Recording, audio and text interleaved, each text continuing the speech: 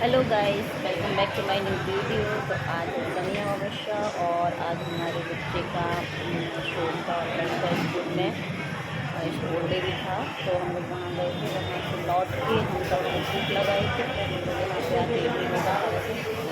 ये करी है और सोम और उसके डैडी तो गए हैं खाते निकल गए थे।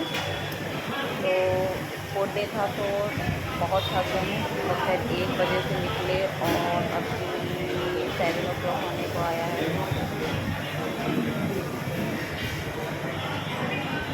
यहाँ का डोसा बहुत अच्छा है, हमारे घर के नियर बाई है। लोगों ने डोसा, इडली, वड़ा सब कुछ खा लिया और